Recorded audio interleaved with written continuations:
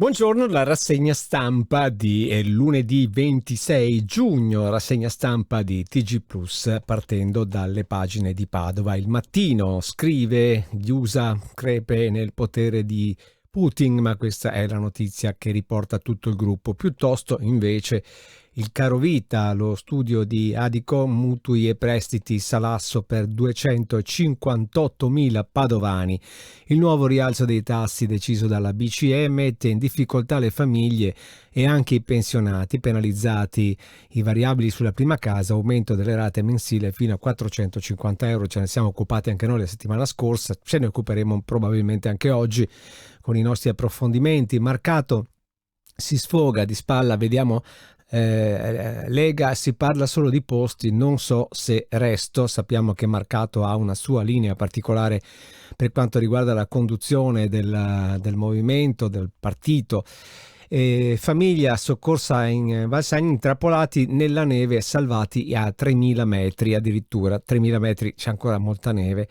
Adige a rischio, scarichi abusivi, Fratta Gorzone restano i FAS, rapporto di Legambiente, e concerti 5.000 a Piazzola, come potete vedere dalla fotonotizia in centro pagina. Campo di grano va a fuoco, pompieri al lavoro per ore, il futuro del settore, il florovivaismo è in crescita, il fatturato di 80 milioni. E poi c'è l'addio shock del sindaco di Castelfranco, nonché presidente della provincia, che scuote il partito. Ce ne siamo occupati anche noi.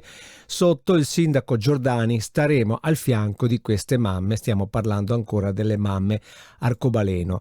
Andiamo a vedere sul Gazzettino. Russia: Biden e Putin sapevano il golpe e i suoi 1000 misteri, sia gli Stati Uniti che Mosca erano informati del piano, la Casa Bianca avrebbe deciso di non appoggiare il blitz, l'amnistia generale, e la casa a soqquadro diventa un giallo, la morte dell'anziana Conegliano aveva ecchimosi sul corpo, forse un malore, ma si aspetta l'autopsia. Basta croci sulle montagne, questa è una polemica che sta montando ultimamente.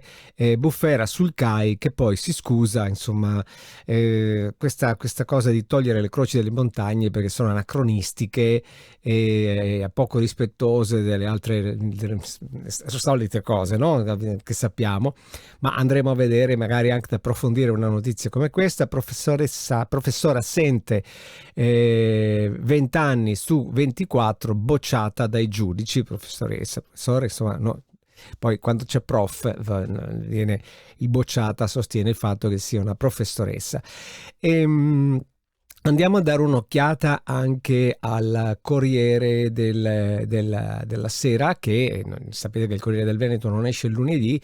Giallo sul capo degli insorti russi, prese le tracce di Prigozhin dopo il blitz, vacilla l'impero di Putin, Pechino sostegno a Mosca. Vedete i soldati che si fanno i selfie con il grande capo, i 43 milioni nel covo della Wagner, i generali dello zar sono in bilico, il dissidente nel momento della forza. Poi c'è il Papa sul caso Orlandi, molto vicino alla famiglia, e Meloni, il bilancio tra promesse e fatti. Dando un'occhiata anche alla pagina di Notizie Plus, vedete che anche qui Marcon dimesso da sindaco Castelfranco e presidente della provincia, il suo Giacus. Poi andiamo a vedere anche la pagina di Padova, comunque noi, che